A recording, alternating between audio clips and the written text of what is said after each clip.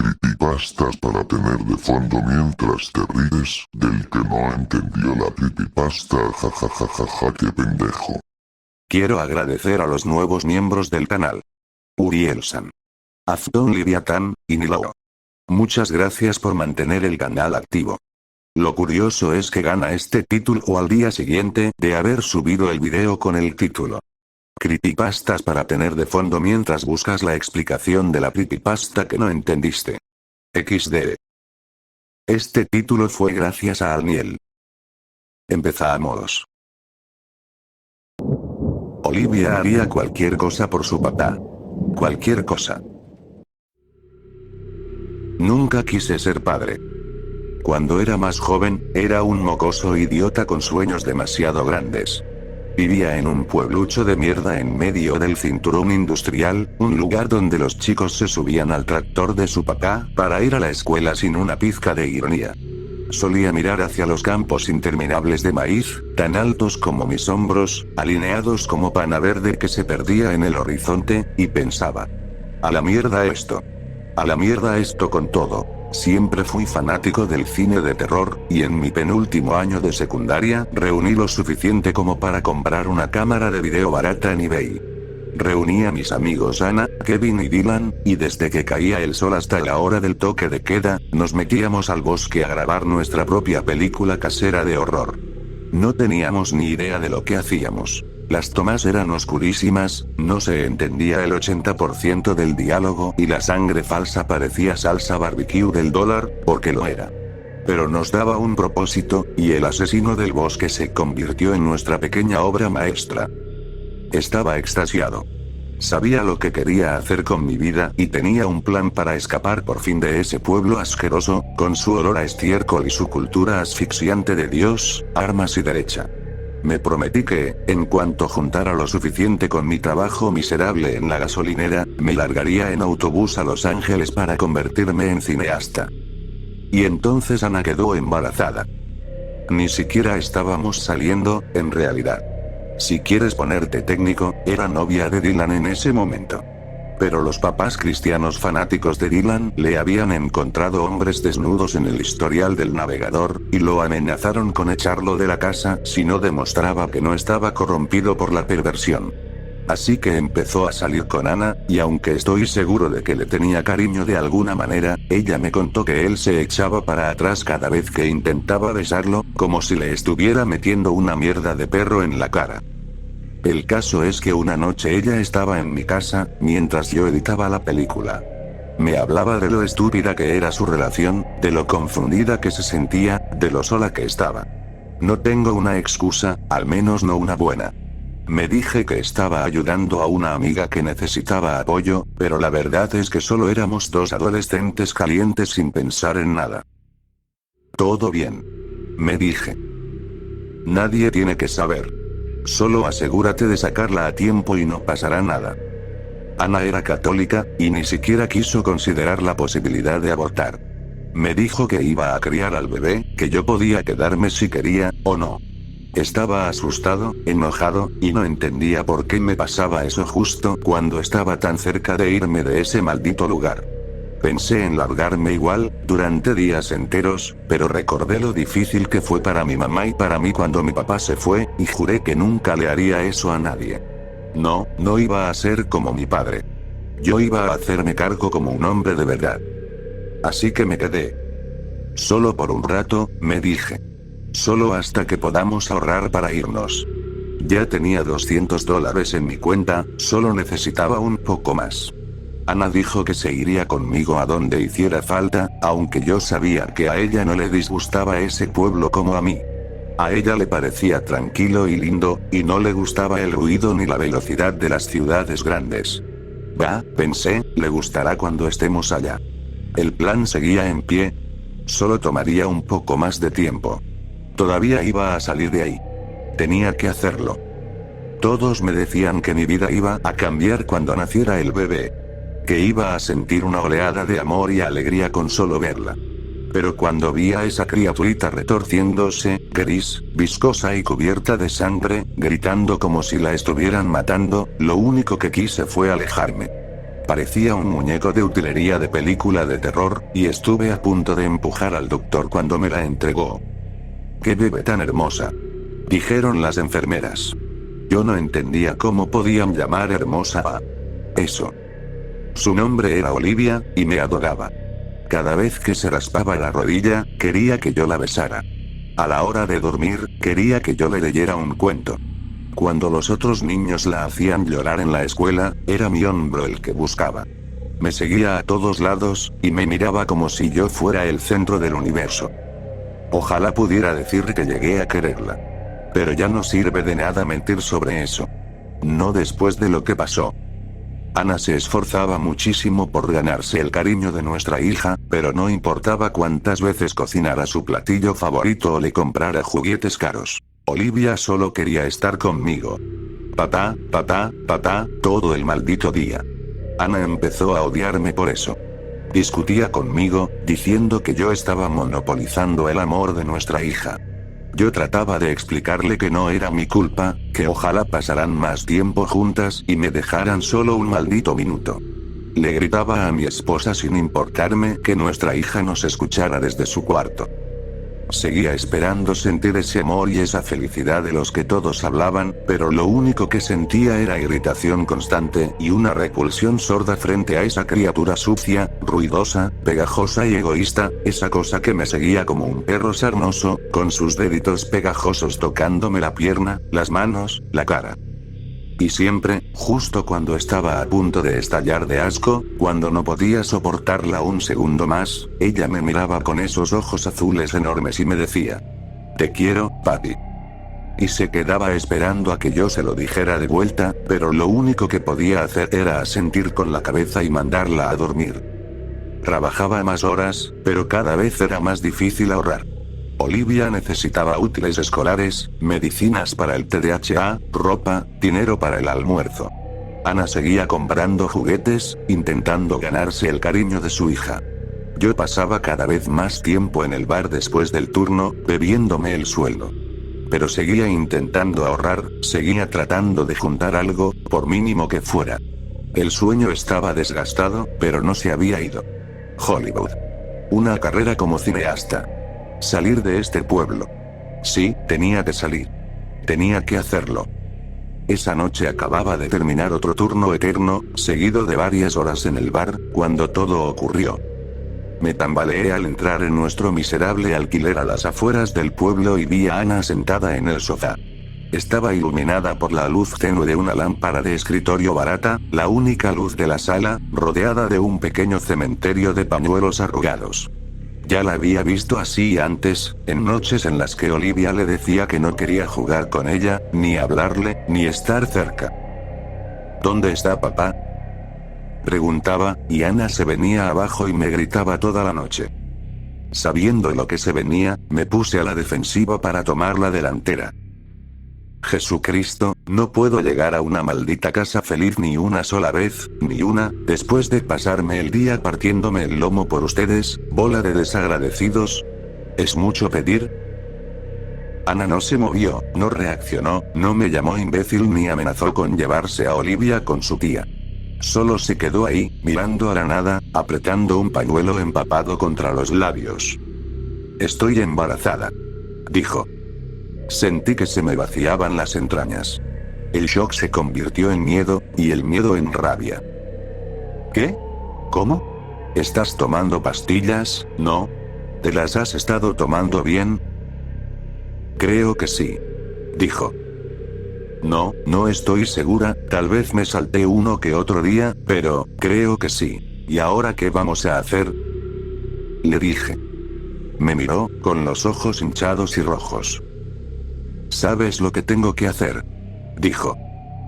Sabes que tengo que tenerlo, estallé.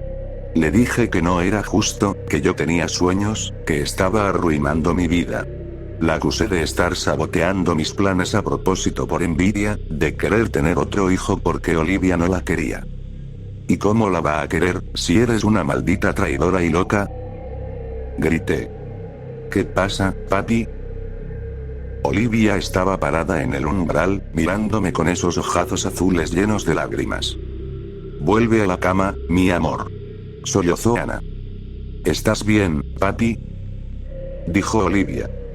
Hazle caso a tu madre, dije. ¿Estás enojado?, dijo. Vete a la cama. Ya, pero papi, si estás enojado quiero ayudarte. Cállate la boca y vete a la cama, grité. Me miró, dolida hasta los huesos. Luego corrió del pasillo y cerró la puerta de un portazo. Mira lo que hiciste, dijo Ana, señalando hacia la habitación de Olivia. Mira lo que le hiciste a tu hija. ¿Cómo puedes tratar así a alguien que te ama?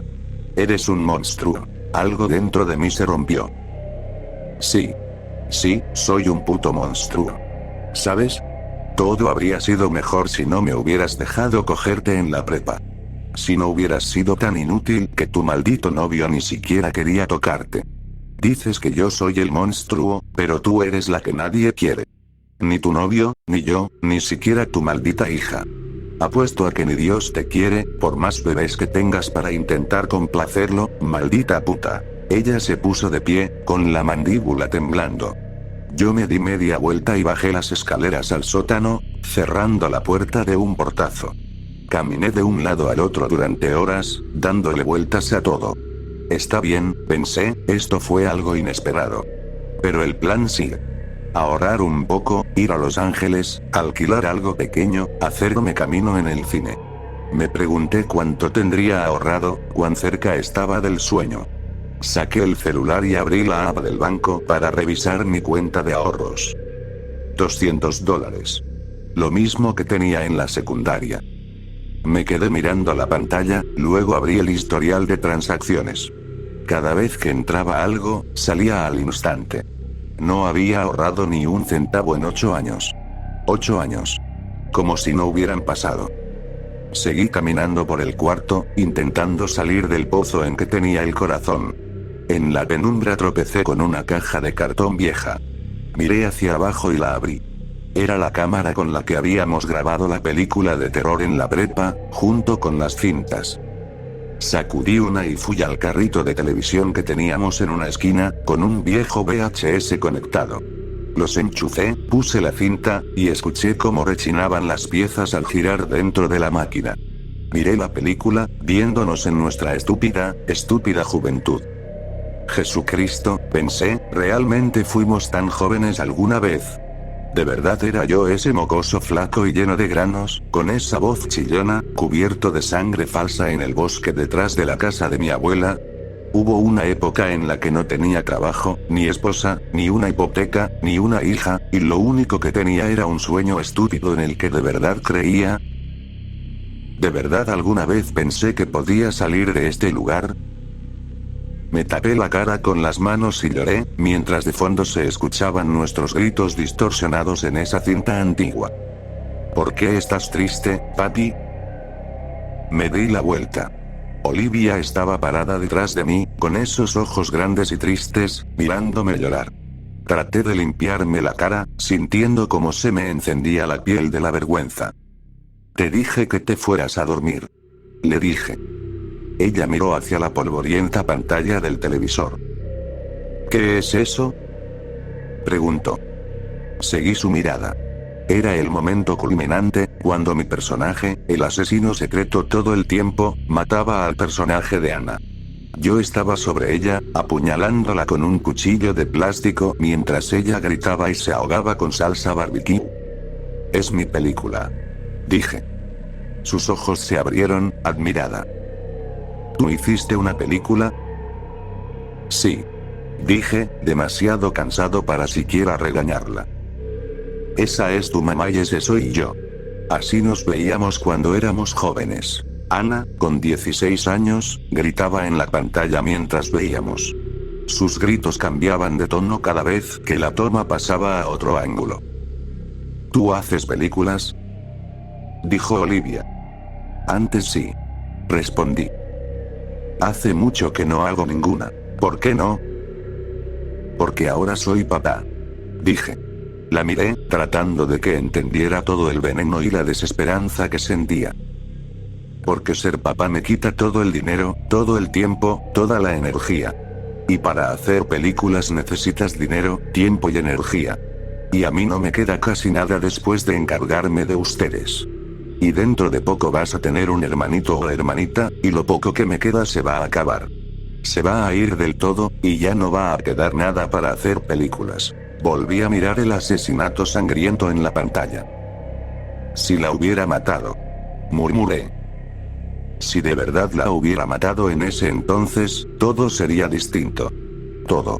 En mi estupidez borracha y derrotada, me sorprendí a mí mismo pensando en eso, en cómo podría matar a mi esposa y salirme con la mía. Papá, dijo Olivia, sacándome del pensamiento. Te quiero. Puso su manita sucia sobre mi hombro. Ya lo sé. Dije, quitándomela de encima. ¿Tú me quieres? La miré, ahí parada, esa niña triste y vulnerable, desesperada por el amor de su padre.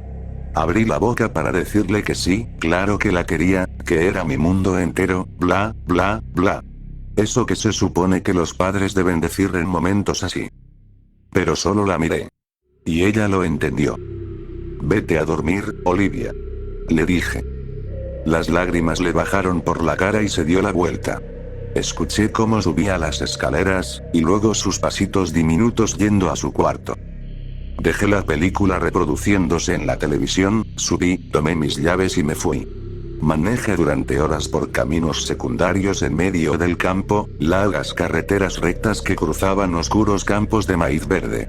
Al principio me hundía en la autocompasión. Todos están en mi contra, pensaba. Todos quieren detenerme, lastimarme, evitar que me vaya de este lugar. Todo el mundo está en mi contra. Un montón de imbéciles. Todos. Imbéciles. Pero entonces, una vocecita al fondo de mi cabeza me dijo.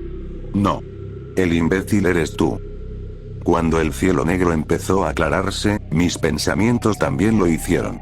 Pensé en mi propio padre, que nos abandonó para irse de gira con su miserable banda y terminó muriendo de una sobredosis en un hotel en Tucson.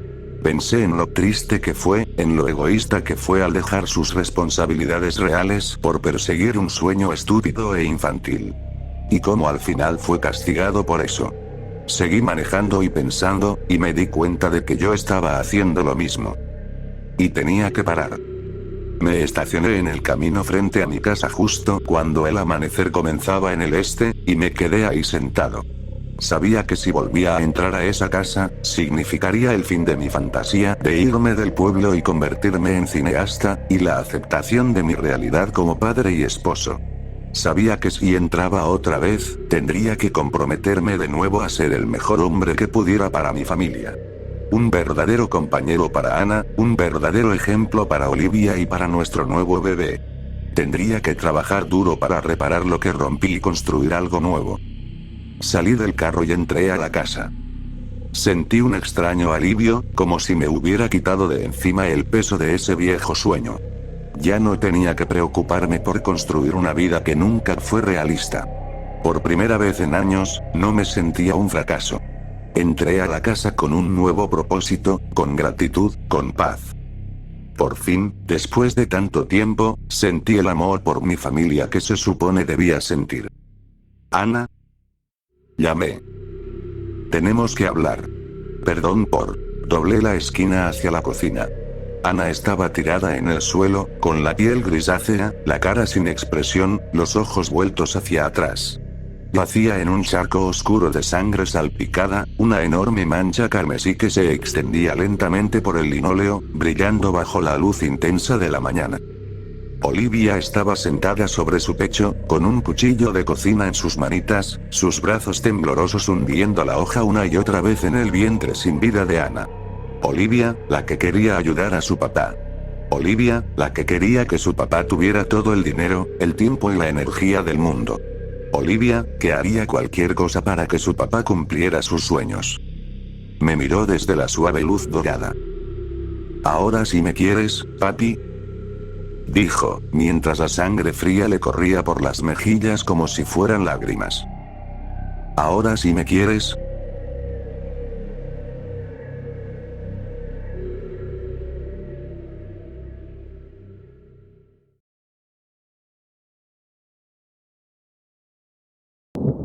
No regresaron.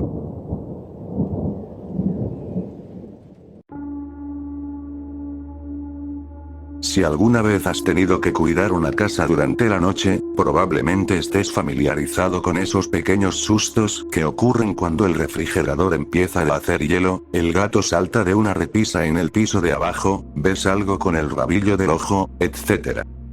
En mi caso, fue despertar con los perros ladrando. Hay pocas cosas más aterradoras que ser despertado de golpe a las 2 de la mañana por 3 labradores de casi 40 kilos, ladrando con todas sus fuerzas hacia algo que se oculta en la oscuridad de la noche. Bajé las escaleras con cautela. Sabía que probablemente no era nada peligroso, pero nunca me había quedado a dormir en esa casa antes, y mis nervios me llenaban la cabeza de imágenes horribles, como un maníaco armado con un cuchillo esperándome junto a la puerta trasera.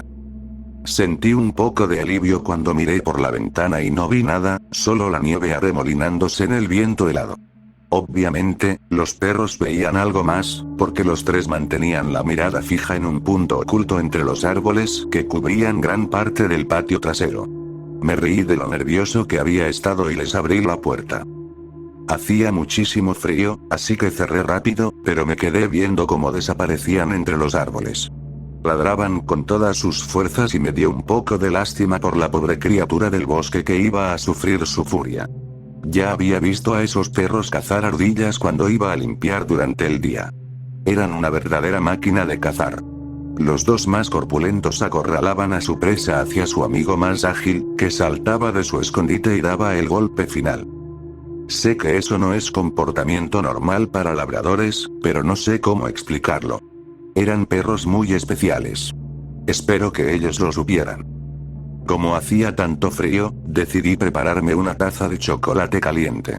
A los perros les gustaba tomarse su tiempo afuera y, como todo el patio estaba cercado, no había problema en dejarlos vagar el tiempo que quisieran. Pensé que sería bonito sentarme a ver la nieve caer hasta que volvieran. Mientras tomaba mi chocolate caliente, mi mente empezó a divagar. No sé cuánto tiempo estuve ahí, simplemente mirando al vacío, pero eventualmente mi taza se vació y volví a la realidad. Escaneé los árboles buscando a los perros, pero lo único que se movía eran las ramas sacudidas por el viento. Lavé mi taza y volví a sentarme. Esta vez, sin embargo, me mantuve alerta. Empecé a sentirme incómodo por lo mucho que habían tardado en volver. Claro, tenían el pelaje grueso, pero las temperaturas habían estado bajo cero y no quería que se congelaran o les pasara algo. Aún así, sabía que volverían cuando quisieran, y no tenía sentido apurarlos todavía. Así que subí a buscar mi teléfono para entretenerme un rato. Cuando bajaba de nuevo, vi movimiento entre los árboles. Sonreí y me acerqué a la puerta, listo para recibir a mis amigos. Me congelé justo cuando mi mano apenas rozaba la manija. El animal que se acercaba a la casa no era un perro. Parecía canino, pero jamás había visto algo así. Tenía unos colmillos larguísimos que sobresalían de su hocico, y unos ojos pequeños y brillantes que estaban fijos en mí. Cuando empecé a retroceder, se puso de pie sobre sus patas traseras, como un oso. Intenté gritar, pero el miedo me ahogó el sonido. Tropecé hacia atrás y caí de golpe sobre mi trasero. Me arrastré hasta quedar con la espalda pegada al sillón, justo enfrente de la puerta de vidrio corrediza. La cosa siguió acercándose, y me di cuenta con horror de que la puerta estaba sin seguro. Solté un llanto ahogado y la criatura se lanzó contra el vidrio. Pude escuchar sus horribles gruñidos mientras trataba de abrir la puerta. Ahora lloraba sin control, encogido contra el sillón, cubriéndome el rostro con las manos. La bestia gruñía y mostraba los dientes, y yo no podía dejar de temblar. De pronto recordé mi teléfono. Sin darme tiempo de pensarlo dos veces, me lancé al piso y lo recogí de donde lo había dejado caer.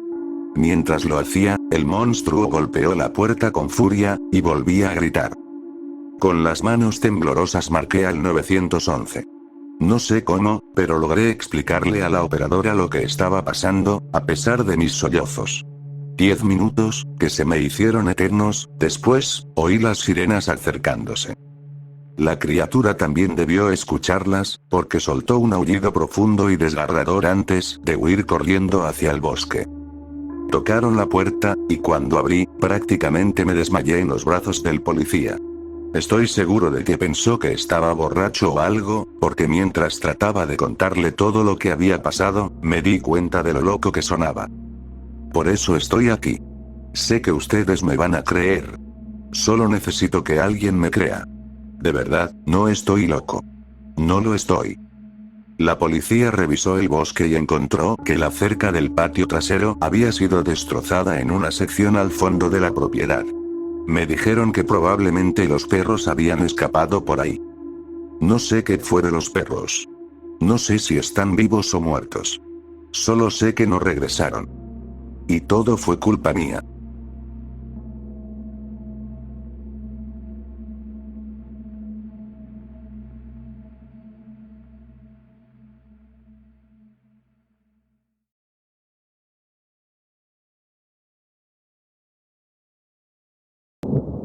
Tequila.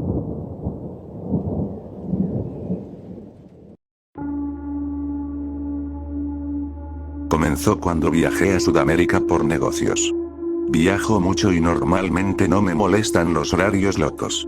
Nunca he sido una persona de relaciones o amigos cercanos, y la mayoría de mi familia vive al otro lado del país, así que es el trabajo perfecto para un solitario con ganas de probar todo tipo de comidas extrañas. El viaje transcurrió según lo planeado. La típica consulta y reestructuración gerencial que hago para empresas alrededor del mundo, los mismos hoteles de 4 estrellas con los mismos jaboncitos y refrigerios empaquetados, y la típica confusión por la barrera del idioma, ya que mi español es bastante limitado. Era mi tercera y última noche allá, y al darme cuenta de que había pasado más de 48 horas en otro país sin hacer nada más que comer, trabajar y dormir, decidí salir a explorar la ciudad. Caminé un poco por el vecindario y entré a un bar local a tomar unas copas. Al principio me sentí fuera de lugar, pero después de unas cervezas y un shot de tequila, me sentía bastante bien, e incluso hice amistad con algunos que hablaban algo de inglés. Seguimos bebiendo, hasta que señalé una botella de tequila detrás de la barra. Parecía auténtica. Tenía el gusano dentro y todo, y se veía bastante vieja. La etiqueta era clásica y ornamentada, y la botella de vidrio estaba cubierta de polvo. El bartender la bajó con una sonrisa que se hizo más grande cuando vio mi billetera sobre la mesa. Con una buena borrachera encima y algo de dinero extra, compré la botella con confianza para compartirla con mis nuevos amigos. Después de unas horas, la botella estaba vacía, gusano incluido, y mi cabeza daba vueltas. Todos estábamos borrachos, y el bartender encendió las luces para echarnos a todos. Todo fue normal, hasta que salí del bar. Había empezado a llover y las calles estaban resbalosas. Mi hotel estaba a solo unas cuadras, así que en lugar de gastar en un taxi decidí caminar de regreso, aunque iba algo mareado. En cierto punto bajé de la acera, pero la piedra mojada era tan resbaladiza como el hielo, y caí de cabeza al suelo. Solo estuve inconsciente unos segundos, y cuando desperté había gente a mi alrededor hablando en español apresurado. Estaba más avergonzado que herido, y al intentar levantarme, uno de los chicos del bar que hablaba algo de inglés se acercó e intentó que me quedara acostado.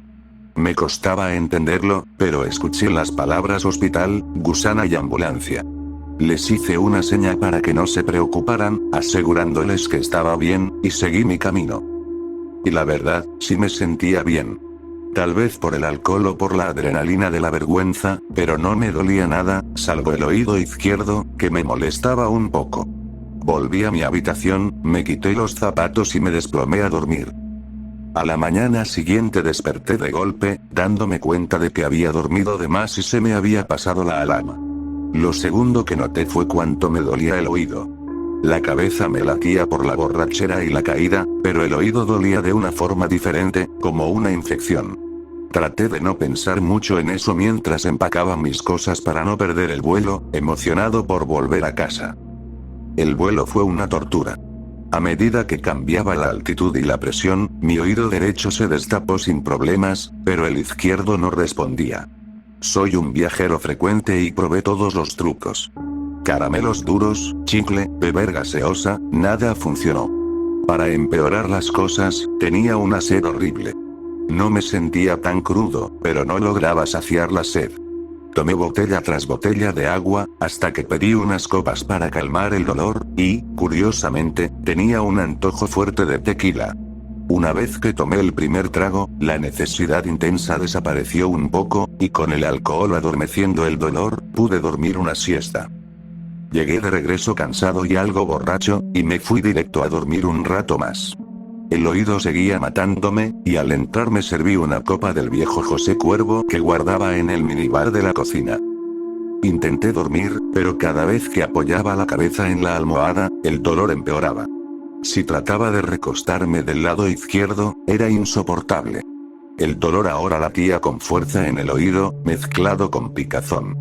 Estaba empezando a perder audición por la inflamación, y sabía que tendría que ir al médico pronto. Pero esa noche, no había mucho más que pudiera hacer, salvo beber un poco más para calmar el dolor. Terminé lo poco que quedaba de ese José Cuervo. Tenía una buena borrachera encima, pero el oído seguía doliendo. Sin poder dormir, puse la televisión, pero incluso el sonido me molestaba.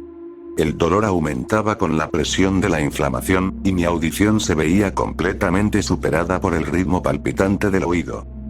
Fui al minibar a buscar otra copa. Solo me quedaban un poco de whisky y una botella vieja de vodka, pero lo único que realmente deseaba, de forma extraña, era tequila. Probé el whisky, directo de la botella, y casi vomito, algo que no era normal en mí. Anhelaba ese tequila dorado, y terminé poniéndome una chaqueta y yendo a la licorería de la esquina a comprar una botella. Una botella se convirtió en 5, y regresé tambaleando a casa cargando esas botellas de delicioso alcohol dorado. No sé cómo tardé 36 años en darme cuenta de lo maravilloso que era el tequila, pero ahora que lo había probado, estaba enganchado. Volví a casa y abrí una botella de inmediato. El oído me palpitaba tanto que apenas podía estar de pie. Apenas el tequila tocó mis labios, sentí alivio. El dolor se desvaneció un poco. Tomé un buen trago, luego otro, y otro más. Con cada sorbo, el oído dolía menos, aunque se sentía aún más hinchado, como si la cosa empeorara, pero el tequila lo adormecía. Empecé a notar cuánto tequila estaba consumiendo. Casi había terminado la primera botella sin sentirme realmente borracho. Tenía una sensación placentera y tranquila, el oído dolía menos, pero no estaba ebrio. Solo para probar, me tomé un shot de whisky. De inmediato el oído volvió a latir con dolor, y mi cuerpo casi lo vomita. Sentí el golpe del alcohol al instante, pero lo único que deseaba, lo único que mi cuerpo parecía aceptar, era tequila. Abrí la segunda botella y bebí, luego la tercera y la cuarta. A estas alturas había consumido suficiente tequila como para derribar a un elefante, pero aún me sentía perfectamente bien. Estaba feliz, tranquilo, y mi oído ya no dolía, aunque sí se había hinchado bastante, tanto que el lado izquierdo de mi cara comenzaba a inflamarse al punto de que ya no podía ver con el ojo izquierdo. Fue mientras abría la última botella que mi mano tocó mi mejilla y, para mi sorpresa, no se sentía como mi cara en absoluto. Estaba hinchada, abultada, y podía notar la piel estirándose más de lo que debería, al borde de romperse. Tomé un sorbo de la botella y fui al baño para mirarme en el espejo. La imagen fue aún peor de lo que esperaba. Todo el lado izquierdo de mi cara era un desastre hinchado, y donde solía estar mi oreja izquierda, ahora solo había un agujero metido en una masa inflamada. Mi piel estaba roja, irritada, con lo que parecían ramificaciones de infección grave dirigiéndose hacia el agujero. En el espejo detrás de mí vi reflejadas las botellas de tequila esparcidas sobre la mesa de la cocina. Ni siquiera había tenido que orinar todavía. Tocar mi cara la hacía doler, así que me tomé otro trago de tequila, y el dolor disminuyó un poco. Decidí que ya era hora de revisar bien ese maldito oído. Para ese momento ya no escuchaba nada por el oído izquierdo, pero el latido por la inflamación había empeorado. Bebí más tequila, mirando en el espejo y viendo de nuevo un movimiento. Algo había dentro, causando la infección, aunque no tenía ni idea de qué. Busqué gotas para los oídos, pero no encontré nada. Aún así, si tenía una herida por la caída, debía intentar drenarla, así que comencé a hurgar un poco. Intenté mirar, pero con toda la hinchazón era imposible. Mi apetito por el tequila ya era insaciable, y mientras intentaba ver algo, seguía chupando la botella, la más grande de todas, sin parar. Después de retorcerme en todas las posiciones posibles para tener un buen ángulo en el espejo, creí haber visto algo dentro de mi oído. Dejé la botella por un segundo para agarrar un espejo de mano e intentar conseguir una mejor vista. Mientras movía el espejo, debí estar más borracho de lo que pensaba, porque perdí el equilibrio. Mi movimiento hizo que golpeara la botella y la tirara del mostrador. Mi última botella de ese hermoso, delicioso tequila se estrelló contra el suelo, lanzando pedazos de vidrio y licor por todos lados. Mientras maldecía por mi torpeza, el dolor en el oído se intensificó como nunca. La presión era insoportable. Sentía que el oído ardía, como si una piedra tratara de atravesarlo. Me caí de rodillas, con las manos en la cabeza, pero incluso el más mínimo toque causaba un dolor insoportable. El latido seguía, y podía sentir el calor del dolor acumulándose en lo que antes era un canal auditivo normal.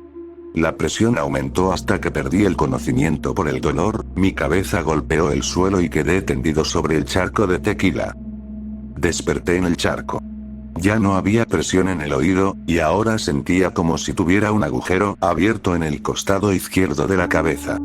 Podía notar la sangre y el pus escurriendo por la herida, y el aire fresco tocando la piel recién expuesta. Y ahí, frente a mí, cubierto de sangre, pus y cera de mi oído infectado, empapado en el tequila derramado, estaba el gusano más grande y gordo que había visto en mi vida. Era gris, cubierto de pus y babas, y parecía una versión obesa del típico gusano del fondo de una botella de tequila. Lo vi arrastrarse hacia el charco, absorbiendo todo el tequila del suelo. Se retorcía de placer mientras se bañaba lentamente en el licor, creciendo más a medida que el alcohol se absorbía en su cuerpo hinchado. Lo observé mientras comenzaba a secarse en cuanto se acabó el tequila. No pasaron ni 5 minutos desde que lo absorbió, cuando su cuerpo gris y viscoso empezó a resecarse, y dejó escapar un chillido agudo mientras intentaba arrastrarse de nuevo hacia mi oído. Me cubrí la cabeza, pero perdí el conocimiento otra vez, no sé si por la caída, el susto o los litros de tequila que ahora estaban en mi sistema, sin el gusano para absorberlos. Cuando desperté unas horas después, aún tenía las manos sobre las orejas, y el gusano ya no estaba. Busqué por toda la casa, pero no lo encontré. El tequila se había terminado, y solo quedaban los vidrios rotos sobre el suelo como rastro del desastre. Mi oído aún dolía, pero la hinchazón había bajado mucho. Limpié los cristales aturdido. Me daba vueltas la cabeza. Estaba convencido de que ya me había librado de la criatura para siempre, hasta que sentí un antojo insaciable por una margarita, y un leve dolor comenzando en lo más profundo de mis entrañas.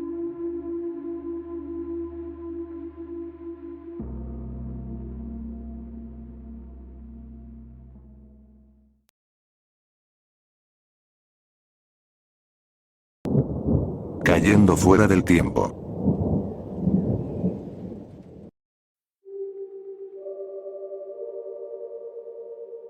¿Alguna vez has tenido un lapsus de memoria fuerte y raro? No me refiero a olvidar sacar al perro o no acordarte de un examen próximo. Eso es normal y le pasa a cualquiera. Hablo de cuando ves algo y te das cuenta de que siempre lo habías recordado mal, o algo más extremo. Recordar algo que realmente no parece haber pasado. La mejor forma sencilla de explicarlo es con algo que me pasó en mi ciudad natal. Desde que tengo memoria, solía manejar por la misma ruta entre unas viejas granjas para relajarme después de un día estresante. Al final del camino pasaba por una calle que se llama Meadowlark Court, y cada vez que la veía me recordaba la canción Meadowlarks de Fleet Foxes. Casi siempre le pedía a Siri que pusiera esa canción y seguía mi camino. Debo haberlo hecho unas 300 veces. Pero lo raro fue que después, cuando regresé, el letrero de la calle había cambiado. Decía Meadowlark Avenue, no Meadowlark Court. Revisé el letrero, pensando que habían cambiado el nombre, pero era el mismo viejo letrero oxidado con un agujero de bala que había visto durante años. En ese momento no le di importancia, pero ahora veo que no fue solo un truco de la mente o un error visual. Aguanta, que esta historia se pone mucho más rara que un letrero cambiado. Todo empezó hace unos meses. Soy estudiante de comunicación en una universidad de Minnesota, voy en tercer año, y estaba trabajando en un proyecto grupal. Mi clase empezó con 25 alumnos, divididos en 5 grupos de 5 personas. Fácil, ¿no? Pero 2 días antes de entregar y presentar el proyecto, mi grupo se juntó. Vi a 3 miembros y bromeé diciendo que Joy se había vuelto a faltar. Me recibieron con un silencio confundido. ¿Quién es Joy?, preguntó uno. Les recordé que él era el 5.º miembro, esperando que fuera una broma. Mi comentario era en broma, porque creo que Joy hizo la mitad del trabajo. Todos se rieron, pero cuando insistí, empezaron a parecer preocupados y genuinamente confundidos. Sin saber qué pensar, dejé el tema, esperando que se aclarara luego. No se aclaró. Joy nunca apareció a presentar ni volvió a clase, y el profesor tampoco pareció notarlo. Cuando busqué su nombre en los registros, no había nada. Ni siquiera estoy seguro de que ese fuera su nombre. No puedo recordar su rostro ni nada de él, solo que estuvo ahí y ahora no, sin registros en la clase ni en la universidad. Si eso no era lo suficientemente raro, una vez platicaba con un amigo en el patio y un hombre viejo muy extraño se me acercó para hablar conmigo a solas. Cuando digo extraño no es como un vecino raro, sino más bien como el doctor de Volver al Futuro. Dijo que me escuchó hablar sobre mi experiencia y quería saber más. Además, dijo que me creía. El destino, aparentemente, estaba de mi lado para ayudarme a entender. Resultó ser un profesor de la universidad. Fui con él a su oficina y me explicó su teoría. La llamó orología tangencial, aunque es más una pseudociencia. Su explicación trataba sobre las grandes y raras preguntas. ¿Qué es el déjà vu? ¿Por qué el tiempo parece ir más rápido o lento? ¿Y qué son esos extraños lapsus de memoria que algunas personas dicen tener? Desde que me lo explicó, quedé enganchado. Necesitaba un nuevo asistente y acepté, sobre todo porque nuestro enfoque sería encontrar a mi amigo, o a quien asumía era mi amigo. Lo más difícil de todo esto es que se supone que debes olvidar. Cuando el tiempo quiere que alguien desaparezca, simplemente desaparece. Hace falta una persona especial para notarlo. Esas personas, dijo el profesor, son sensibles. Sensibles a los cambios en las dimensiones y el tiempo. Para explicarlo lo más simple posible, y lo más complejo que puedo como estudiante de comunicación, todo se reduce a las dimensiones. Experimentamos 3 dimensiones, pero vivimos rodeados de una cuarta. El tiempo. Se dice que hay hasta 10 dimensiones, todas conectadas y solo visibles para seres que viven en ellas. Por ejemplo, un ser de cuarta dimensión puede ver nuestras 3 dimensiones y el tiempo, pero no la quinta.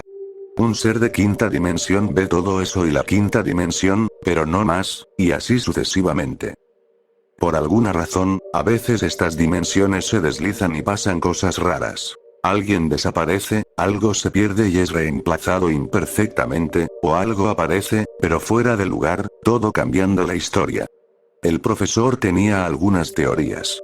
Que algún ser de dimensión superior viaja en el tiempo y altera el destino, o que hay pequeños agujeros o bolsas sin tiempo en nuestra dimensión, pero eso estaba fuera de mi alcance. Mi trabajo era ayudar a construir y operar la máquina, y tomar notas. La máquina es la parte más importante de la historia. Creo que fue el catalizador que arruinó todo esto. La verdad, ahora me cuesta recordarla y ni idea de cómo funciona, pero permite a quien la use ver a través de otras dimensiones. El profesor la construyó para encontrar a su hijo, que, como mi amigo, desapareció. Así fue como se dio cuenta y se volvió sensible a estas anomalías.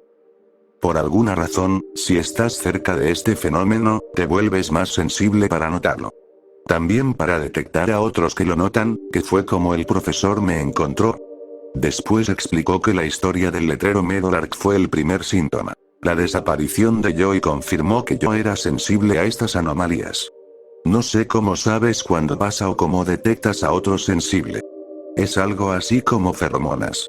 No lo percibes conscientemente, pero está ahí, y es una sensación muy fuerte. Si esto parece confuso, es porque yo también estoy confundido. Todo esto se me está borrando de la memoria más rápido de lo que imaginé, y la mayoría de estos recuerdos tempranos del profesor los saco de mi cuaderno, que misteriosamente está medio vacío. Los textos comienzan a aparecer como en el tercer o cuarto mes de este proceso, pero las páginas anteriores están en blanco. Por lo que entiendo, el profesor tenía esta teoría para su máquina y me pidió que lo ayudara a construirla en uno de los laboratorios extras que teníamos en el campus. Nos tomó un tiempo siquiera hacer que funcionara, pero después de unos meses, según mis notas, la teoría del profesor funcionó. Entonces llegó el momento de probarla. El profesor entró, prendió la máquina y salió de inmediato. Pensando que no había funcionado, ya me preparaba para su discurso sobre cómo la ciencia es en su mayoría fracaso, cuando vi un brillo salvaje en sus ojos. Me explicó que, en ese instante, en realidad estuvo desaparecido por horas y vio cosas asombrosas y peculiares. No quiso explicar qué, pero dijo que quería tomarse un tiempo para revisar sus notas y se veía preocupado. De hecho, parecía aterrorizado. Un poco asustado de haber perdido la razón, me fui de ahí y regresé a casa a hacer algo de trabajo por mi cuenta. Al día siguiente fui al laboratorio del profesor, pero no estaba.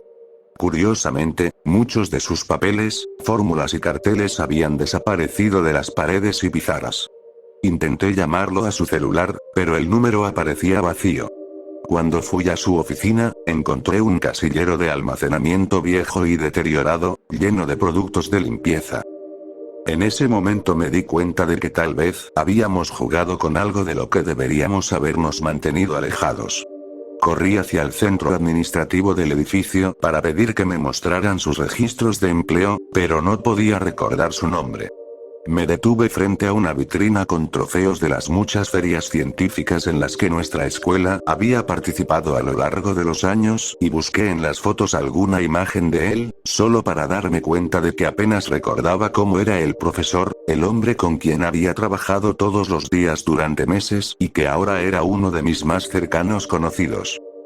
Regresé corriendo al laboratorio para llegar a la máquina justo a tiempo. Era lo único que quedaba en la habitación. Entré y la encendí. El mundo afuera empezó a opacarse y a verse borroso, y miré por la ventana para ver formas oscuras y giratorias a mi alrededor. Fue entonces cuando vi figuras empezar a aparecer y moverse hacia la máquina. Cuando se acercaron, casi me da un ataque al corazón. Ahí, justo frente a mí, tan claro como el día, estaban yo y el profesor. Ambos gritaban algo, aterrorizados. Parecían estar sufriendo. Solo puedo pensar que gritaban ayuda. Apagué la máquina y salí corriendo del laboratorio. Al salir, tropecé y me raspé la espalda, tirando mis cosas por todas partes. Recogí mi teléfono, pero no tenía señal. La foto de fondo, que era de mí y mi hermano, ahora solo mostraba a él. Revisé mi cartera, y mi identificación estaba en blanco. Solo un pedazo de plástico con el nombre del estado, como si fuera una plantilla para hacer una licencia. Corrí a mi casa y entré. Todo el tiempo, las fotos mías con amigos y familia desaparecían, siendo reemplazadas por imágenes de esas personas solas. Entonces escuché un sonido afuera. Miré por la ventana y el mundo comenzó a tornarse borroso y opaco, igual que cuando estaba en la máquina. Vi las formas giratorias, como una neblina, primero lejos y luego acercándose como un fogonazo. Los edificios y montañas a lo lejos parecían desaparecer en una pared gris plana. Y allá, lejos en ese abismo gris, había una criatura tan alta como un edificio y más oscura que la noche. Se está acercando mientras escribo esto, aunque despacio, como si tuviera todo el tiempo del mundo. Traté de desbloquear y usar mi teléfono, y abrir mi correo para mandar una alerta. Ambos estaban vacíos, como si mis cuentas nunca hubieran existido. Cuando intenté abrir la página web de nuevo, ni siquiera conectaba. Ni siquiera daba una página de error, simplemente nada. Ya había tenido esta página abierta antes, así que espero que este mensaje llegue. Es mi última esperanza. Mi nombre es David Simón Lassiter, y temo que me estoy cayendo entre las grietas del tiempo.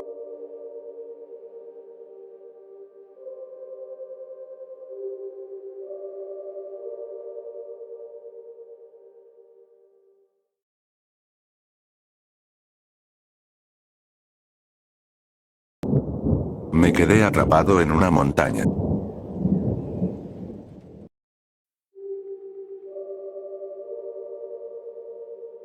¿Conocen esos toboganes alpinos? Son como montañas rusas pequeñas que encuentras en zonas montañosas. También se les llama trineos de verano o montañas rusas de montaña, y creo que en algunas partes de Europa tienen un nombre larguísimo en alemán. Son como montañas rusas, pero con trineos pequeños de una o dos personas en lugar de los vagones grandes que se usan normalmente, y en vez de tener toda una estructura metálica, las vías simplemente están puestas sobre el suelo, aprovechando la pendiente natural de la montaña. Básicamente es una montaña rusa en la ladera de una montaña por la que te deslizas en un trineo. Son bastante divertidos. O al menos eso pensaba antes. Son más personales que una montaña rusa tradicional. Aunque no alcanzas la misma velocidad que en una montaña rusa de verdad y no pueden hacer giros completos ni bucles, la apertura del diseño y la simplicidad del trayecto dan una sensación de velocidad mucho mayor. Estás ahí sentado, sin más que un pequeño trineo de plástico y la pista bajo ti, mientras el suelo pasa a toda velocidad. Es como la diferencia entre lo rápido que se siente un go-kart y un auto deportivo. Sabes que el deportivo va más rápido, pero el go-kart se siente distinto, más directo. Hay muchos vídeos post en YouTube si quieren darse una idea básica de cómo son. Solía amar los toboganes alpinos. Solía. Mi familia solía ir a Gatlinburg y Pigeon Forge, recorriendo las montañas humeantes en las vacaciones cuando era niño. Son muy comunes en esa zona, y los montaba cada vez que tenía oportunidad. Pero como pasa con tantas cosas, cuando crecí y me fui a la universidad, esos paseos se volvieron parte de una infancia que simplemente se fue desvaneciendo. Ya no son tan comunes una vez que te alejas de las montañas. Hasta que llegó una fresca tarde de primavera, en 2004. Estaba en mi último año de universidad y regresaba al campus en Tennessee después de visitar a mis padres en Carolina del Norte. Eran unas 4 o 5 horas de viaje si tomabas la ruta más directa, y como no necesitaba llegar temprano, decidí salirme de la autopista y tomar una parte del trayecto por las montañas. El paisaje era mejor, y debo admitir que me gustaba empujar un poco de más mi Camaro en las curvas de las carreteras montañosas. Pasado el mediodía llegué a uno de esos pueblitos turísticos junto a la carretera, perdidos en algún rincón de las montañas humeantes, cerca de la frontera entre Carolina y Tennessee. Nada del otro mundo. Una gasolinera, un diner, un par de tiendas de recuerdos, todo enclavado entre los cerros. Me detuve a cargar gasolina. El tanque estaba bajo, necesitaba estirar las piernas, tal vez comer algo. Aún era temprano y solo me quedaban unas 2 horas más de viaje.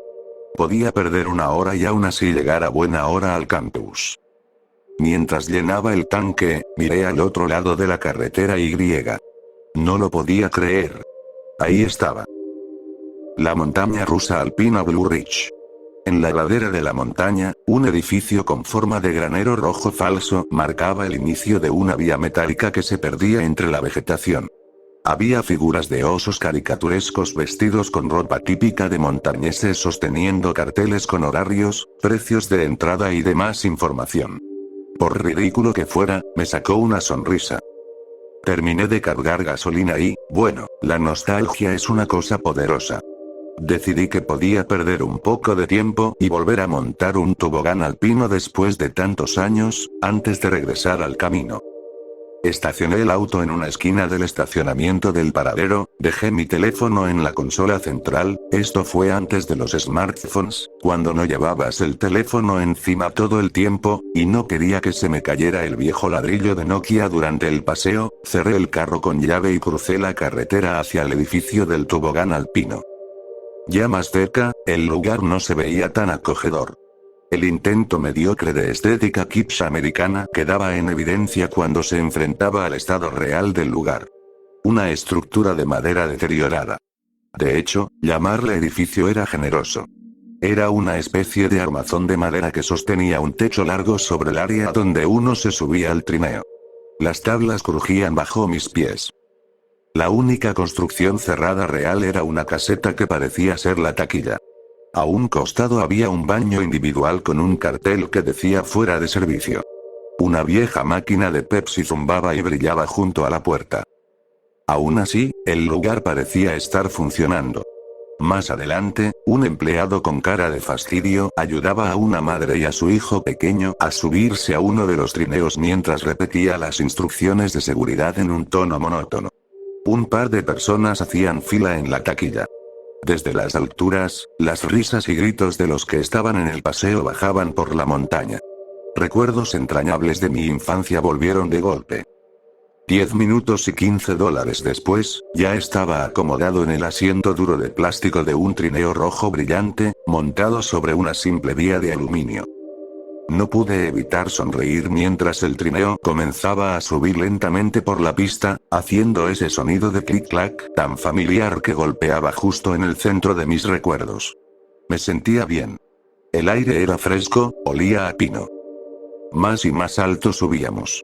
No sé si es mi mente tratando de entenderlo todo a la distancia, pero cuando recuerdo esos momentos, los últimos momentos buenos, a veces creo recordar un pequeño, muy sutil vacío de miedo en el estómago.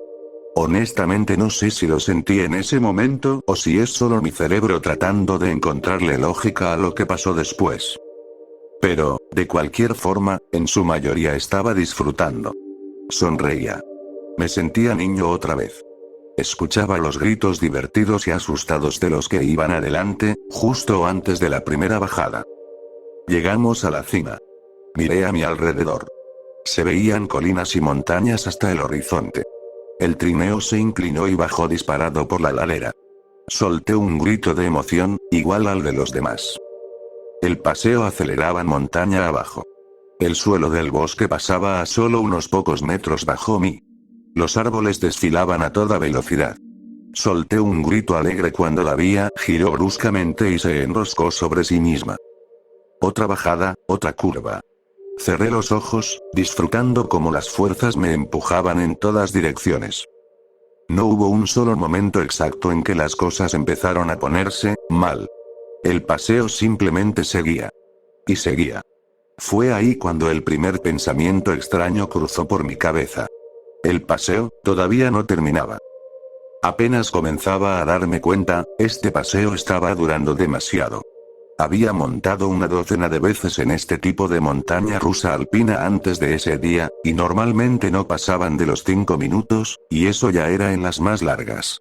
Más extensas que una montaña rusa tradicional, sí, pero nada tan exagerado.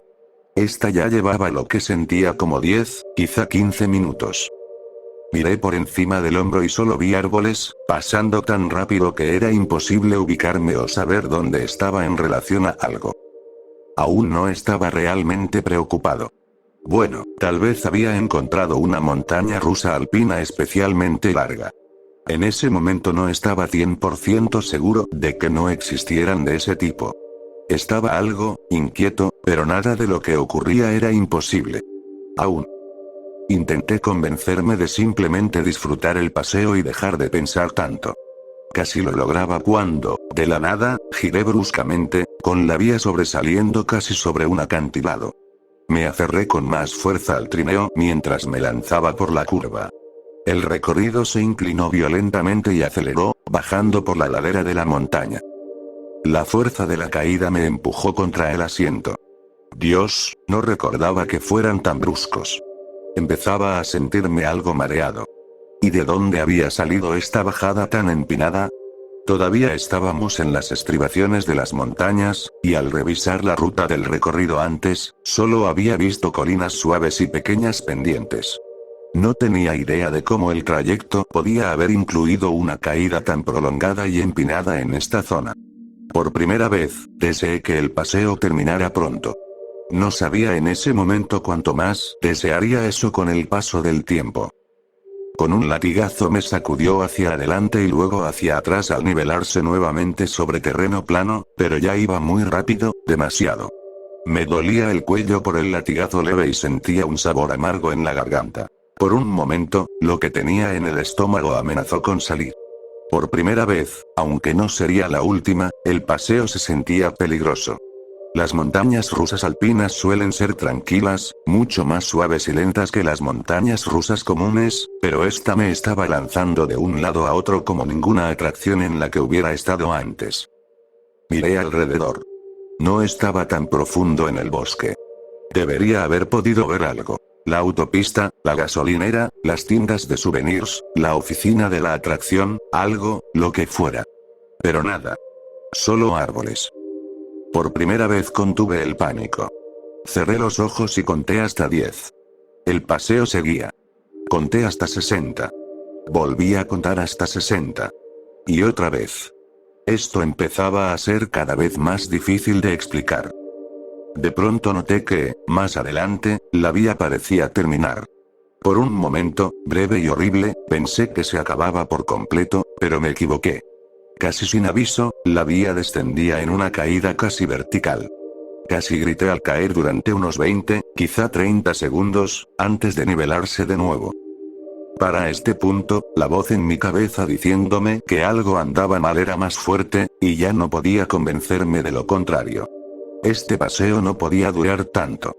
Intentaba encontrarle sentido, pensando si de alguna forma me habían desviado hacia una vía de mantenimiento o, por un segundo, incluso considerando la idea absurda de haber terminado en una vía de tren real. Pero eso era ridículo.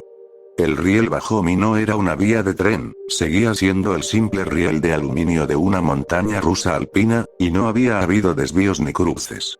Seguía en el paseo, por más absurdo que empezara a sentirse.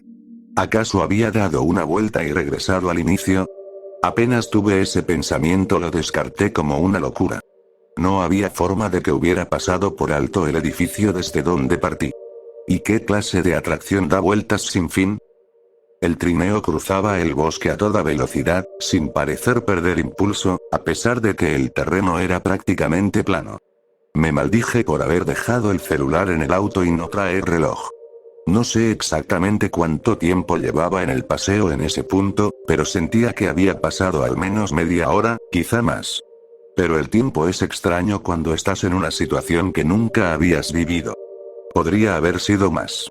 O menos. Para ese punto ya no estaba seguro. Mi orgullo se quebró por fin. Empecé a gritar pidiendo ayuda. Grité que el paseo estaba roto, que lo detuvieran, que necesitaba ayuda. Lo hice durante unos 10 minutos, creo. El paseo siguió. Vía nivelada, con curvas suaves ocasionales. Pero la simple duración del trayecto se volvía cada vez más inquietante e inexplicable. Pensé en saltar. Pero el paseo, de forma imposible, aún no desaceleraba y tenía trozos de roca y troncos gruesos por todos lados. Saltar sin estrellarme contra una roca o un árbol parecía imposible. El paseo continuó. Más adelante, el bosque comenzaba a aclararse. Podía ver más luz colándose a través del follaje. No estaba preparado para lo que vi. Los árboles terminaron y tuve justo el tiempo suficiente para ver un área plana y rocosa de unos 40 o 50 metros antes de otro acantilado. Las vías giraban y serpenteaban, luego descendían en línea recta. Pero eso no fue lo peor. Por un momento, muy breve, tuve una vista clara de kilómetros a la redonda y el paisaje era, siendo sincero, completamente imposible. Cualquier posibilidad de que hubiera terminado en un paseo increíblemente largo desapareció de mi mente. Rocas áridas, con aspecto volcánico, se extendían por kilómetros. Afiladas formaciones negras hasta donde alcanzaba la vista. Estaba en las malditas montañas humeantes. Y no se veían así. Tuve unos segundos para asimilar el terror de aquella vista antes de que el carrito se lanzara en otra caída espantosa. Apreté las agarraderas del trineo de plástico barato hasta que se me pusieron blancos los nudillos. La caída se sentía completamente vertical, como si estuviera cayendo a velocidad terminal. Grité. El estómago se me revolvió y se me hundió. Imaginé el trineo saliéndose del riel y yo cayendo a gritos hasta estrellarme contra las rocas de abajo. Pero de alguna manera la atracción seguía funcionando. Cerré los ojos con fuerza y simplemente esperé a que pasara lo que fuera que tuviera que pasar. Finalmente, después de lo que sintieron como un minuto entero de caída empinada, la vía volvió a nivelarse, y abrí los ojos para ver que avanzaba a toda velocidad sobre aquel paisaje negro y rocoso. Ahora que me movía otra vez sobre una vía horizontal más o menos plana, respiré hondo unas cuantas veces. Miré por el borde de la vía. Nada más que esa roca negra y dentada, casi como obsidiana, deslizándose a toda velocidad. No tenía idea de qué tan rápido iba el trineo ahora. Rápido. Más rápido de lo que debería moverse un trineo impulsado por gravedad. Y la vía estaba más alta del suelo ahora. Los deslizadores alpinos normalmente van pegados al suelo, pero yo estaba a unos 6 metros del suelo, con la vía suspendida en el aire, sostenida cada ciertos metros por una simple torre metálica como una torre de alta tensión. Sin una amenaza inmediata y con el trineo avanzando rápido pero estable y recto, pude volver a pensar en mi situación, aunque no me sirviera de mucho. Frente a mí, la vía seguía hasta el horizonte, nada más que el mismo paisaje rocoso hasta donde alcanzaba la vista. Estiré el cuello para mirar por encima del hombro y hacia atrás, y se veía igual. Incluso las montañas eran apenas puntos distantes en el horizonte detrás de mí. Esto era una locura. No existe un campo enorme y aparentemente interminable de roca negra y dentada en las malditas montañas humeantes. No hay acantilados lo bastante altos y empinados como para una caída vertical de varios minutos. Y los deslizadores alpinos son cosas pequeñas, no proyectos de ingeniería colosales que abarcan kilómetros con pilotes y vías verticales. No tenía ningún sentido. Lamentablemente, no iba a empezar a tenerlo pronto. La atracción seguía. Estuve en ese paisaje rocoso durante varias horas. Me siento cómodo diciendo eso porque pude notar cómo el sol iba bajando en el cielo.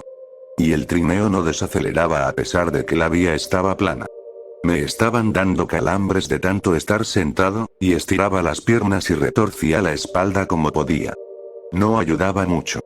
Los ojos me ardían por el viento constante. Y lo peor de todo, empezaba a hacer frío. Solo llevaba una chaqueta ligera, un cortavientos, apenas algo para protegerme de la brisa, sin aislamiento real. Tenía frío, las articulaciones entumecidas, hambre y sed. Los ojos me lloraban y la garganta me ardía de lo seca que estaba. Pero nada de eso era tan malo como lo absurdo de todo esto. No hay nada parecido a este lugar en ningún sitio cerca de las montañas humeantes. Esto parecía un paisaje volcánico. Cuanto más pensaba en ello, menos sentido tenía. La atracción seguía. Mi mente ni siquiera trataba de procesarlo. Lo que estaba viviendo simplemente no podía ser posible. Estaba loco. Estaba soñando. La CIA me había secuestrado y drogado con alguna nueva versión de LSD, y yo estaba en una camisa de fuerza en una celda acolchada en el área 51. El trineo seguía deslizándose mientras el cielo se volvía crepuscular. Pronto desapareció el puente de mi vista y continué sobre aquel paisaje rocoso, interminable, sin rasgos. Me recosté contra el trineo, entumecido mental y físicamente. Estaba exhausto. Tenía sed. Me dolían los músculos. Tenía hambre. Necesitaba orinar. Aguanté tanto como pude, pero al final no tuve opción y simplemente me oriné encima. Lloré hasta que ya no me quedaban lágrimas. Luego simplemente me quedé ahí sentado. La atracción seguía. Para cuando el sol desapareció bajo el horizonte, mi garganta se sentía como papel de lija. Revolví los bolsillos de mi chaqueta esperando encontrar un chicle o un dulce. Nada. Revisé otra vez, no tenía nada más que hacer. Bajo un recibo arrugado en el bolsillo interno de mi chaqueta había una sola, vieja y olvidada pastilla para la tos. La desenvolví y me la metí a la boca. La saliva volvió de golpe y el sabor a mentol y medicina me invadió. Al menos era algo, aunque sabía que solo me aliviaría brevemente y de forma temporal. Sentí que los ojos se me cerraban. Estaba haciendo más frío. Ese frío de montaña. Ese frío profundo que tienen las montañas incluso a principios de primavera cuando el sol se va. Ese tipo de frío que simplemente te arranca el calor del cuerpo. Temblaba. Una certeza terrible y horrible se apoderó de mí. Seguiría en el trineo hasta que me desmayara del agotamiento o la hipotermia me venciera. Mi cuerpo caería del trineo, rebotando contra el suelo rocoso como una piedra sobre un lago, mis huesos rompiéndose mientras rodaba hasta que mi cuerpo finalmente se detuviera. Si tenía suerte, moriría y no tendría que quedarme días tirado, roto y magullado, hasta que la muerte finalmente me llevara. La atracción seguía. La atracción seguía. La maldita atracción seguía. Que te jodan. Le dije al juego, con la voz hecha un susurro ronco. Me apreté la chaqueta contra el cuerpo, aunque de poco servía. El viento helado me iba arrancando el calor poco a poco. Empecé a tiritar con más fuerza, ya no eran simples escalofríos. Eran temblores profundos, casi violentos, que sacudían todo mi cuerpo. No era precisamente un experto en actividades al aire libre, pero sabía lo suficiente como para entender que eso no era buena señal. Estaba oscureciendo. Por lo menos había luna llena, así que no estaba en completa oscuridad. Fue entonces cuando noté algo. El paisaje, lo poco que podía ver en la luz moribunda, estaba cambiando. Se alisaba, se volvía menos rocoso y menos escarpado. Más adelante empezaba a brillar una luz extraña y temblorosa sobre el suelo. Pasé por encima antes de darme cuenta de lo que era. Los rieles cruzaban una superficie lisa. Agua. Era un lago. Las luces extrañas que había visto eran reflejos de la luna en las pequeñas olas del agua. En cuestión de minutos, ya no se veía tierra firme. Después del paisaje rocoso casi interminable y todo lo demás que había visto, me asustó lo poco que me sorprendió. No me gustaba lo insensible que me estaba volviendo. Me incliné hacia un lado. Había suficiente luz de luna para ver el agua, unos 5 o 6 metros debajo de la vía. Los pilares que sostenían los rieles se hundían en el lago, pero la luz no alcanzaba para saber cuán profundo llegaban o qué tan hondo era el agua. Me dejé caer de nuevo en el trineo. Tenía los ojos rojos e inyectados por culpa del viento constante. Los cerré. Fue un error. Me sobresalté. No sé si me había quedado dormido por un segundo o por una hora. El peso de mi cuerpo se había desplazado y me atrapé justo a tiempo antes de caerme del trineo y acabar en el agua. Grité de rabia. Un grito primitivo, profundo. Me dolía tanto. Las articulaciones me ardían como si tuvieran vidrios dentro. Las extremidades estaban llenas de cosquilleos, como alfileres y agujas. Miré de reojo el agua. Por primera vez, en los rincones más lejanos de mi cabeza, una vocecita empezó a decirme que todo podía terminar si simplemente saltaba. La callé de inmediato, pero me asustó igual. Me quedé ahí, mientras la atracción seguía. Sentía como si hubieran pasado horas. Finalmente, el lago terminó en una orilla rocosa. El maldito juego no ofrecía ningún lugar seguro para saltar. Si disminuía la velocidad, estaba demasiado alto. Si se acercaba al suelo, iba demasiado rápido. Rocas filosas, árboles grandes, nada donde pudiera caer sin matarme. Tenía que obligarme a mantenerme despierto. Me quedaba dormido una y otra vez. Una vez, al sentir que me estaba quedando dormido, me di un fuerte golpe en la nariz con un puñetazo para mantenerme despierto. Empecé a pensar seriamente cuánto más podía aguantar. La voz volvió. Esta vez no la callé. Aún no lo admitía, pero estaba empezando a considerar cuál sería la mejor forma de caer para que todo terminara rápido, si llegaba a necesitarlo. Algo apareció adelante. Los rieles parecían descender hacia el suelo. Estaba demasiado cansado, demasiado vencido como para asustarme. Solo me resigné a lo que fuera que viniera. Sin mucha advertencia, la vía llevó mi trineo a un túnel subterráneo. Todo se volvió oscuridad total. Al cabo de unos segundos ni siquiera quedaba el tenue resplandor de la luna. Esta fue la peor parte. El bosque téctrico, el inmenso terreno rocoso, el lago fantasmal, todo eso fue malo. Pero esto no era nada. No había nada que ver, ni que oír, ni ningún punto de referencia para saber hacia dónde iba. Las paredes del túnel parecían estar a centímetros de mí en todas direcciones. El aire se sentía espeso, como si no hubiera suficiente oxígeno. Con cada segundo en ese túnel, perdía un poco más de esperanza. Tras lo que pareció una eternidad, tomé una decisión. Cuando saliera de ese túnel, saltaría.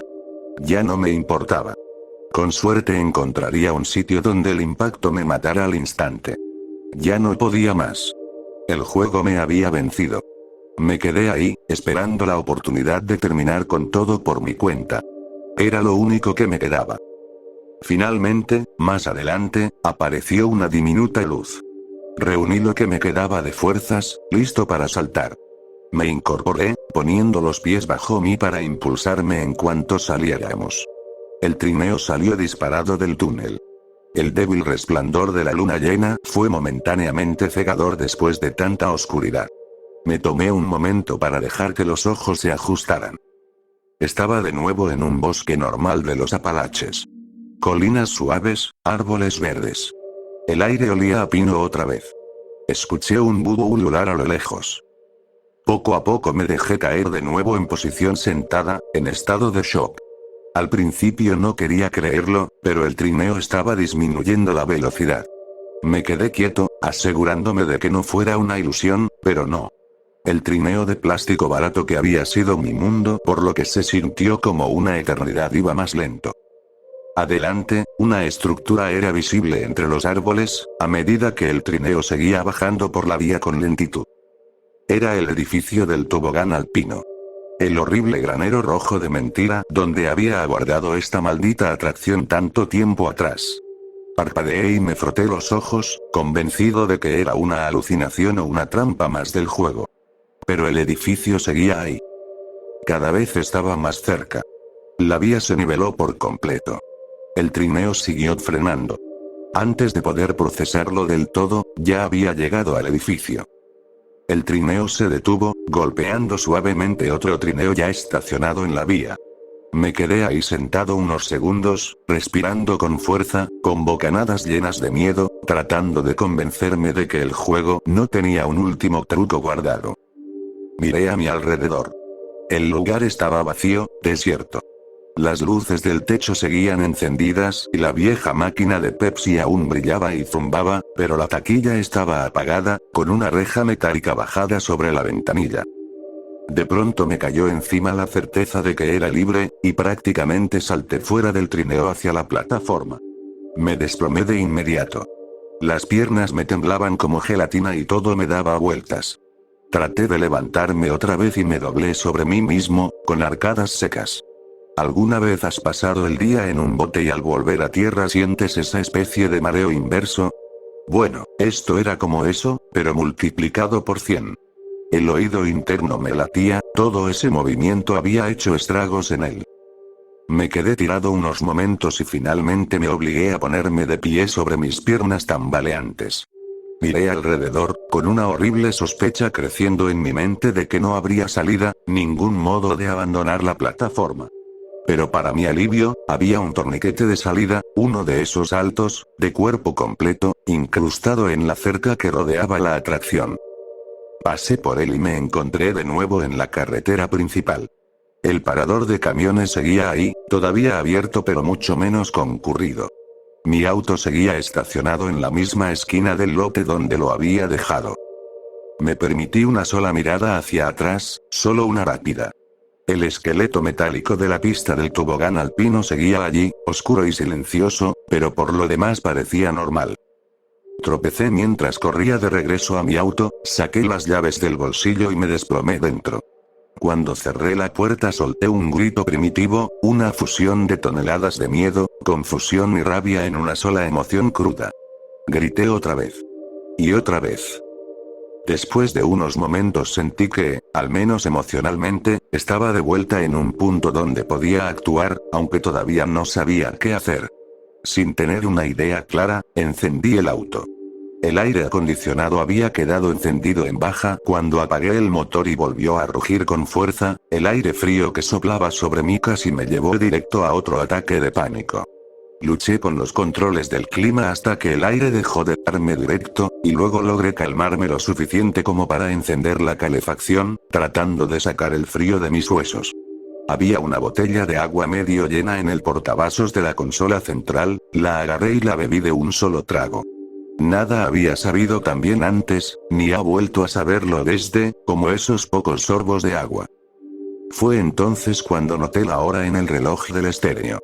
Eran las 4:17 de la madrugada. Eran la 1:30 de la tarde cuando me subí a esa maldita atracción. Más de 15 horas. Estuve en ese maldito paseo más de 15 horas. Más de medio día.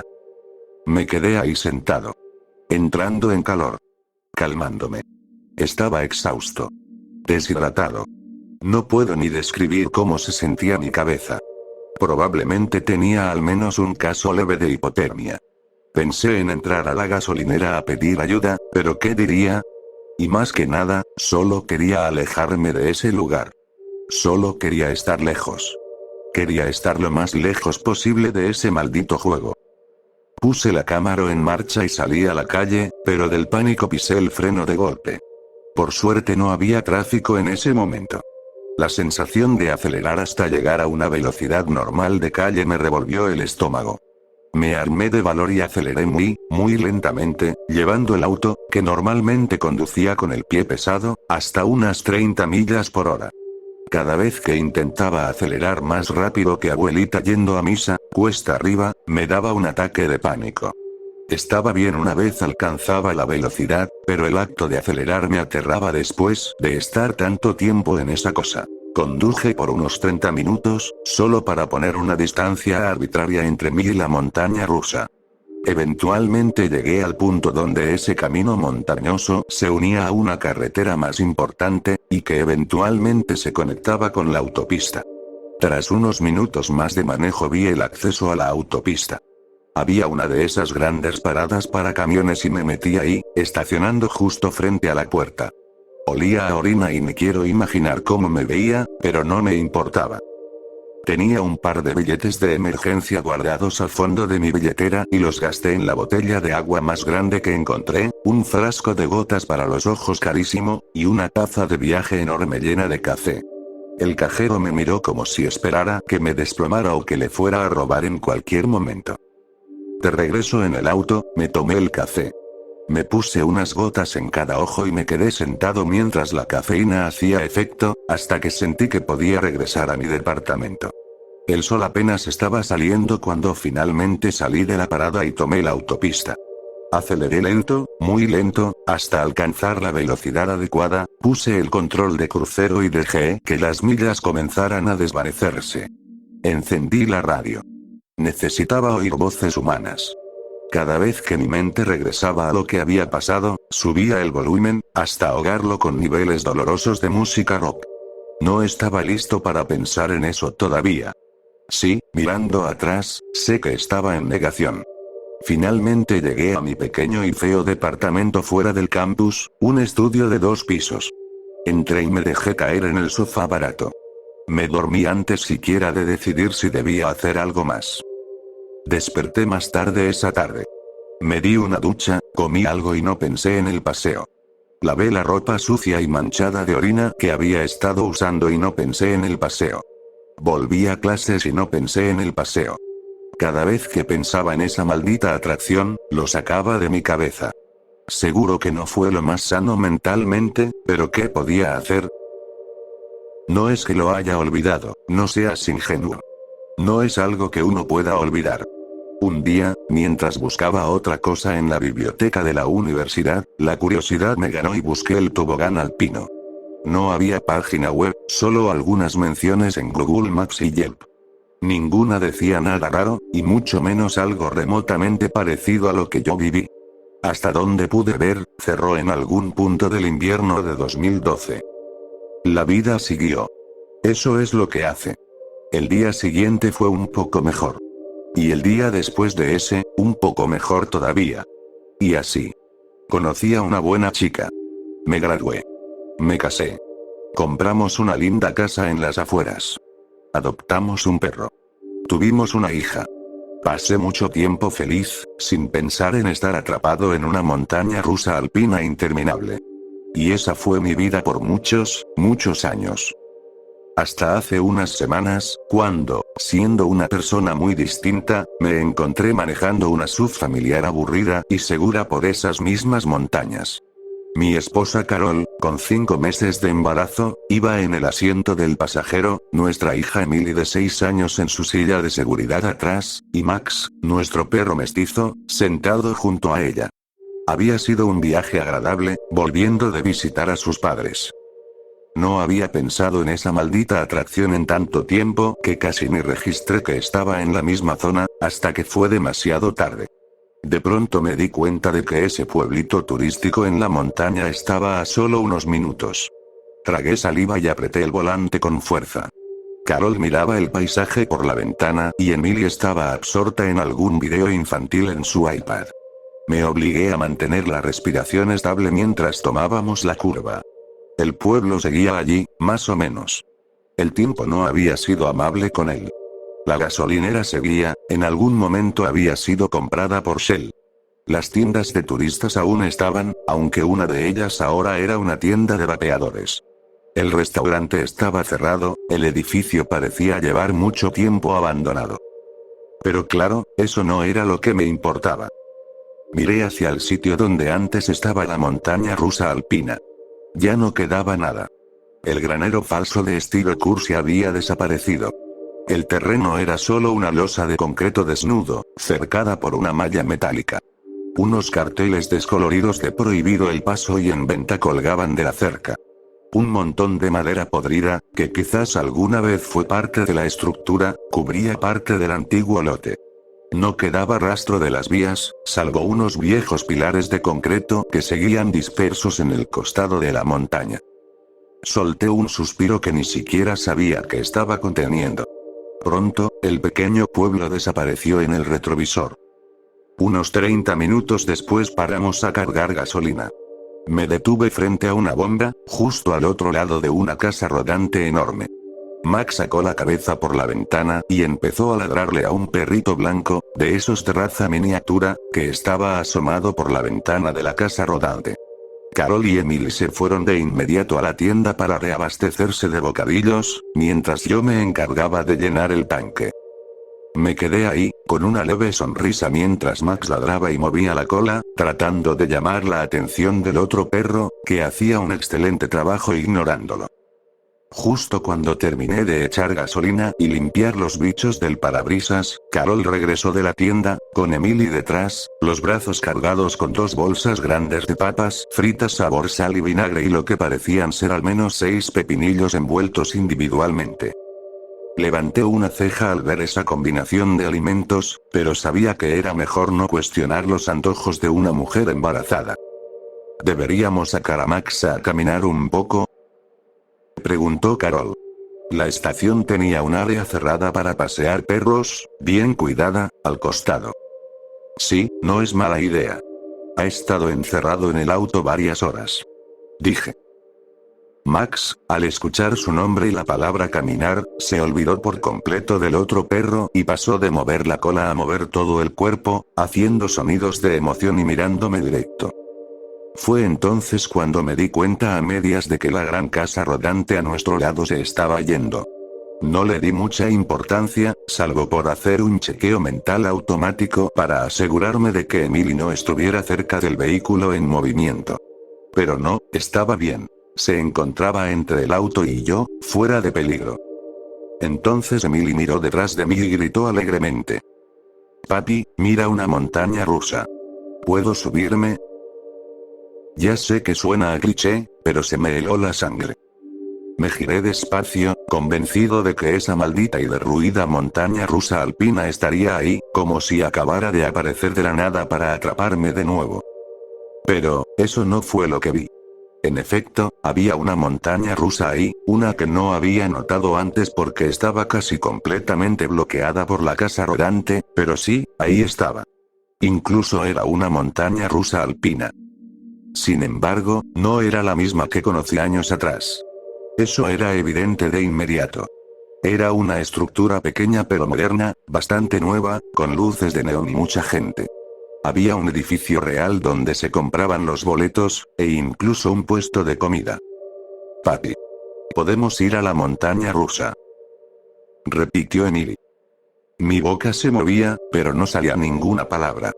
Miré a Carol, con la esperanza de que dijera que no teníamos tiempo, pero para mi horror, sonrió y dijo: ¿Sabes qué? Suena divertido. Papá los lleva mientras yo saco a Max a pasear. Mi mente buscaba desesperadamente una forma de evitarlo. Pero Emily ya me estaba jalando del brazo a través del estacionamiento hacia la entrada. Me palpé el bolsillo para asegurarme de que mi celular estuviera ahí. Cada fibra de mi ser me gritaba que saliera corriendo. Atravesé la fila y la taquilla como un sonámbulo, mientras Emily saltaba emocionada. Nos subimos a un trineo de plástico para 2 personas. Este en realidad era mucho más bonito que el que no me podía sacar de la cabeza. Tenía 2 asientos acolchonados, grandes agarraderas y hasta una barra de seguridad. El trineo comenzó a subir por la vía. Intenté controlar el pánico. Giré la cabeza de lado a lado, asegurándome de no perder de vista el edificio. Tenía pavor de que desapareciera de mi campo de visión. Llegamos a la cima y Emily soltó un chillido de felicidad cuando comenzamos a bajar por la ladera de la montaña. Mi corazón latía con fuerza. Cualquier segundo, cualquier momento, me decía mi mente, íbamos a perder de vista el edificio y el paseo no terminaría jamás.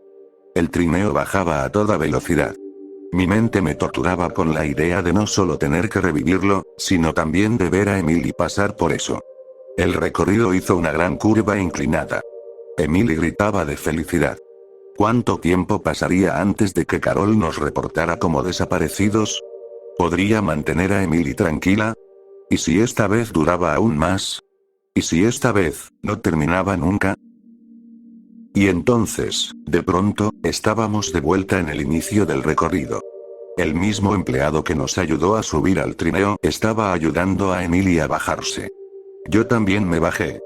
El empleado me lanzó una mirada rápida, pero no dijo nada. Supongo que tenía una expresión algo desquiciada. Estaba bien. Emily estaba bien. Había sido un paseo perfectamente normal y divertido.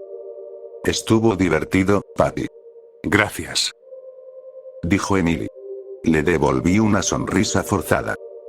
Sí, estuvo divertido. Respondí, intentando que sonara creíble. Tomé la mano de Emily y caminamos de regreso al auto. Max nos vio venir y ladró emocionado. Carol alzó la vista del bote de helado Ben & Jerry's que, de alguna manera, había añadido a su colección de antojos durante nuestra ausencia, y nos sonrió. ¿Se divirtieron?, preguntó. Estuvo tan divertido, mami, respondió Emily. Carol le sonrió, pero luego me miró a mí y frunció el ceño. ¿Estás bien? Carol podía leer mi rostro mucho mejor que el empleado. Estás pálido. Sonreí, y esta vez la sonrisa se sintió verdadera. ¿Sabes qué? Sí, creo que estoy bien. Carol se mostró un poco confundida, pero no insistió. Volvimos a poner a Emily en su asiento elevador, impedimos que Max intentara desesperadamente comerse medio perro caliente tirado en el suelo de la estación y lo subimos de nuevo al auto. Carol, con su pequeña colección de bocadillos, tomó su lugar en el asiento del copiloto y yo me senté en el del conductor. Sonreí. Arranqué el auto. Lo puse en marcha. Salí de la estación de servicio y retomé la carretera, esta vez acelerando un poco más rápido que en años.